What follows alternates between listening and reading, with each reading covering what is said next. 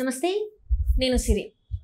ఇప్పటివరకు వైసీపీలో చూసినట్టయితే ముగ్గురు బీసీ ఎంపీలు అయితే రాజీనామా చేశారు. ఇంకా రానున్న మరో 10 రోజుల్లో అయితే 4 ఎంపీ స్థానాలు కూడా ఖాళీ అయ్యే అవకాశాలు ఉన్నాయి అని చెప్పేసి మరి వార్తలు వస్తున్నాయి. ఇందులో ఎంతవరకు వాస్తవం ఉంది ఏంటి అనేది మనకి వివరించడానికి మనతో పాటు ఉన్నారు ప్రముఖ రాజకీయ విశ్లేషకులు కేవీవి ప్రసాద్ గారు. నమస్కారం. నమస్తే అమ్మా. సరే, ఇప్పుడు చూస్తున్నట్టయితే వైసీపీలో ఆల్రెడీ ముగ్గురు బీసీ ఎంపీలు అయితే రాజీనామా చేసేసి వెళ్ళి బయటకు రావడం జరిగింది. ఇంకో 10 రోజుల్లో అయితే ఇంకో 4 స్థానాలు కూడా ఖాళీ అవుతాయని చెప్పేసి మరి వార్తలు వస్తున్నాయి. ఇందులో ఎంతవరకు వాస్తవం ఉందంటారు?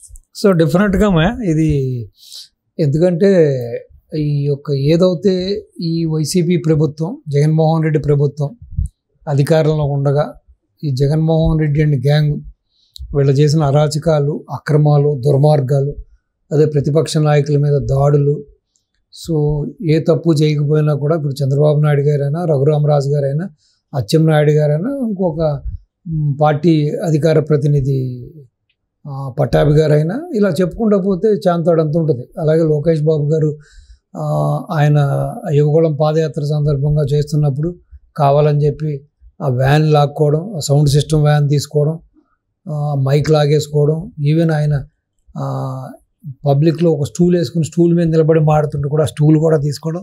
సో రకరకాలుగా ఈవెన్ పవన్ కళ్యాణ్ గారిని కానీ, బీజేపీ నాయకులను కానీ, ఇటు టీడీపీ కానీ, ఇటు జనసేన కానీ నాయకులు, కార్యకర్తల్ని, యాక్టివ్గా ఉన్న వాళ్ళని ఏ విధంగా ఇబ్బంది పెట్టారు, ఏ విధంగా హింసించారు, ఏ విధంగా కొంతమందిని చంపేశారో మనం చూసాం. సో ఇప్పుడు అధికారం మారగానే ఇప్పుడు వాళ్ళకి సీన్ రివర్స్ అయింది. సో కాబట్టి దానికి వీళ్ళు ఫిట్టెడ్ రిప్లైగా ఆ కేసులన్నీ తిరగతోలడం, సో వాళ్ళ మీద యాక్షన్ తీసుకోవడానికి ఇప్పుడున్న ఈ యొక్క మిత్రపక్షమైన కూటమి ప్రభుత్వం సన్నహిద్ధం అవుతుంది. కాబట్టి వాళ్ళు కూడా ఈ రోజున వాళ్ళకి ఉక్కబోత మొదలైంది. సో వాళ్ళకి ఈవెన్ ఎన్ని వర్షాలు పడుతున్న టైంలో కూడా వాళ్ళకి ఉక్కబోత మొదలైంది. వాళ్ళ ఉక్కిరి బిక్కిరి అవుతూ ఉన్నారు. ఎందుకంటే వాళ్ళ అధినాయకుడు, ఆ అధినాయకుడితో పాటు కొంతమంది ముఖ్య నాయకులు వాళ్ళు చేసిన అరాచకాలకి ఈ రోజున తప్పు చేయని వాళ్ళు, సౌమ్యులుగా పేరు పొందిన వాళ్ళు, ఇటు వ్యాపార రంగంలో ఉండి పాలిటిక్స్ వైపు వచ్చి రాజ్యసభ అయిన వాళ్ళు, ఎంపీలు అయిన వాళ్ళు కూడా వాళ్ళు కొంచెం ఇబ్బందులు ఫేస్ చేస్తున్నారు. ఎస్పెషల్లీ ఏమైందంటే ఇప్పుడు దీంట్లో కొంతమంది నాయకులకి మంచి దేశవ్యాప్తంగా, రాష్ట్ర వ్యాప్తంగా, ఇటు కేంద్రంతో కూడా వాళ్ళకి కొన్ని వ్యాపార సంబంధాలు ఉన్నాయి. సో అట్లన్నిటికీ కూడా ఆటంకం రాబోతుందనో, లేకపోతే ఆటంకం వస్తుందనో, రేపు ఇబ్బందులు ఎదురవుతాయని కూడా కొంతమంది ఆల్రెడీ తట్టాబుట్టా సర్దుకోవడానికి వాళ్ళ ప్రయత్నాలు వాళ్ళు చేస్తున్నారు.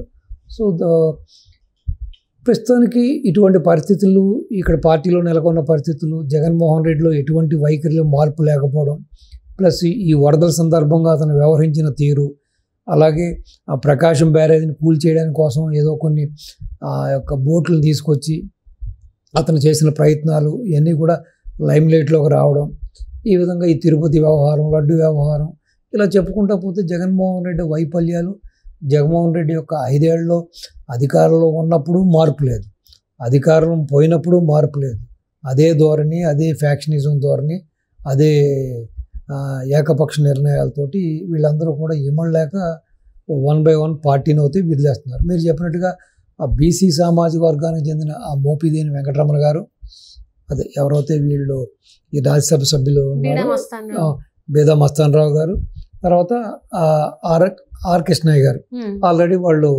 రాజీనామా చేయడం జరిగింది. వాళ్ళ పార్టీలోంచి బయటకు వచ్చేయడం కూడా జరిగింది.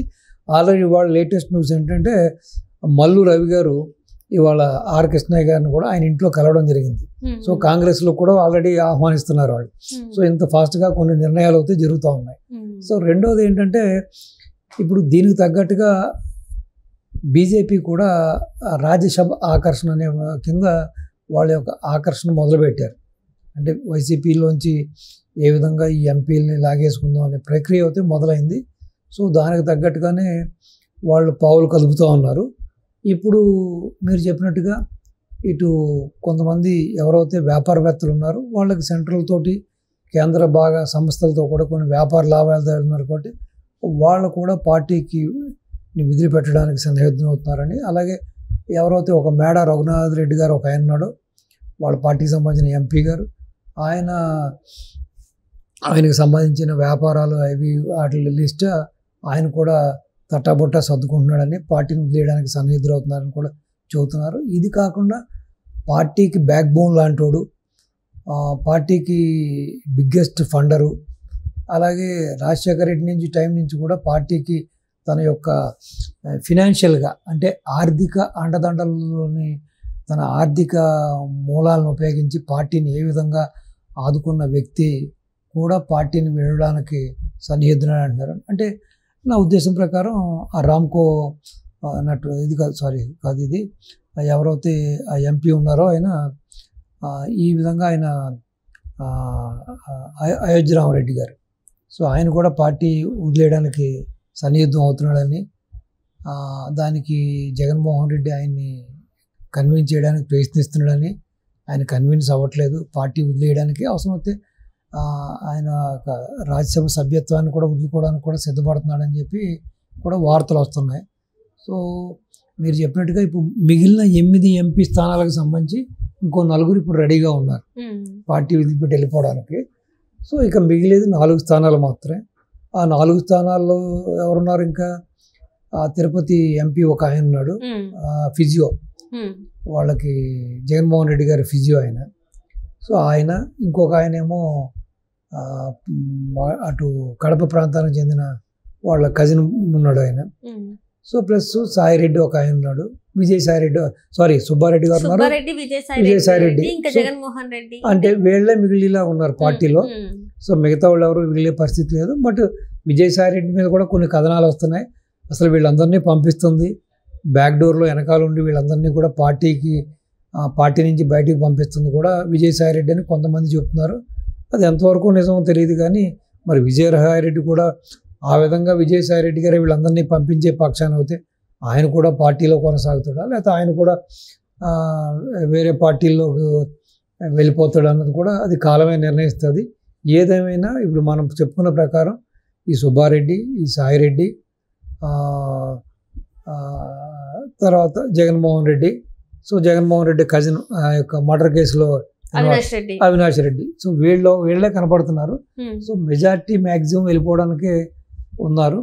సో బహుశా ఎందుకంటే ఇప్పుడు ఇటు సుబ్బారెడ్డిని కానీ సాయిరెడ్డి గారిని కూడా ఎవరో తీసుకోవడానికి సుముఖంగా లేరు కాబట్టి వీళ్ళు ఇంకా అలా వెళ్ళిపోయారా, లేకపోతే నిజంగా ఎవరైనా తీసుకోవడానికి వాళ్ళు ముందుకు వస్తే వాళ్ళు కూడా వెళ్ళిపోతారనేది కూడా ఒక సందిగ్ధం. చూద్దాం. ఏదేమైనా జగన్మోహన్ రెడ్డి గారి యొక్క బెంగళూరు యలహంక ప్యాలెస్కి ఇది ఒక బ్యాడ్ న్యూస్ అనే చెప్పాలి. ఇంకా ఏకాగ్గా ఆయన అక్కడ ప్యాలెస్లో కూర్చుని ఇంకా పబ్జీ ఆడుకుంటూ కాలక్షేపం చేయవలసిన పరిస్థితి అతి తొందరలో ఉన్నట్టుగా కనపడుతుంది. సో ఏదైతే ఈ రోజున ఈ యొక్క తిరుపతి లడ్డు, ఈ అడల్ట్రేషను, ఈ కల్తీ వ్యవహారం కూడా కాస్త కోస్త ఉన్న ఆ పేరు కూడా పూర్తిగా తుడిచిపెట్టిపోయింది పార్టీకి కానీ వ్యక్తిగతంగా జగన్కి కానీ. సో చాలామంది చేదరించుకుంటున్నారు, అతన్ని చీకొడుతున్నారు. కాబట్టి ఇంకా జగన్మోహన్ రెడ్డి యొక్క రాజకీయ భవిష్యత్తు, అతని పార్టీ యొక్క రాజకీయ భవిష్యత్తు కూడా అగమ్యగోచరంగానే ఉంది. సో నాకు తెలిసి ఇది ఏదో ఒక్క ఛాన్స్ అన్నట్టుగా ఈ ఒక్క ఛాన్స్ తోటి ఇంకా బహుశా జగన్మోహన్ రెడ్డి గారి యొక్క రాజకీయ జీవితానికి తెరపడబడుతుంది అన్నట్టుగా కూడా ఇప్పుడు జరుగుతున్న పరిణామాలు కానీ జరుగుతున్న పరిస్థితులు కానీ చూస్తుంటే అలాగే అనిపిస్తుంది. అదేవిధంగా జగన్మోహన్ రెడ్డి గారు కూడా ఎక్కడ కూడా పార్టీని బలోపేతం చేసే విధంగానో లేకపోతే చేసిన తప్పును సరిదిద్దుకునే విషయంగానో ఎక్కడ కూడా ఆయనలో ఆ యొక్క పాయచిత్తం కానీ ఆ చర్యలు కానీ ఎక్కడా కనపట్లేదు. సో మ్యాక్సిమం జెండా పీకేద్దాం, మన దారి మనం చూసుకుందాం, మిగతా వాళ్ళు ఎలా పోతే నాకెందుకులే అనే ధోరణే కనపడుతుంది. సో ఏదేమైనా ఇదేదో చెప్పినట్టుగా ఏక్ దిన్ కా సుల్తాన్ లాగా ఈ 5 ఏళ్లతోటే ఇంకా జగన్మోహన్ రెడ్డి యొక్క రాజకీయ జీవితం ముగిసిపోయిన అంకంగానే కనపడుతుంది. ఇక అసలు ఎక్కడా కూడా అవకాశాలు కానీ ఎక్కడా కూడా ఆ బ్రైట్ ఛాన్సెస్ కూడా ఎక్కడా కూడా కనపట్లేదు. సో బహుశా అంతే డెఫినెట్గా ఇక మ్యాక్సిమం మీరు చెప్పినట్టుగా ఇంకొక మ్యాక్సిమం 1-2 వారాల్లో పూర్తిగా మనకు ఒక క్లారిటీ రావడానికి ఛాన్స్ ఉంది. Right sir, thank you so much sir. నమస్తే అమ్మా, థ్యాంక్ యూ.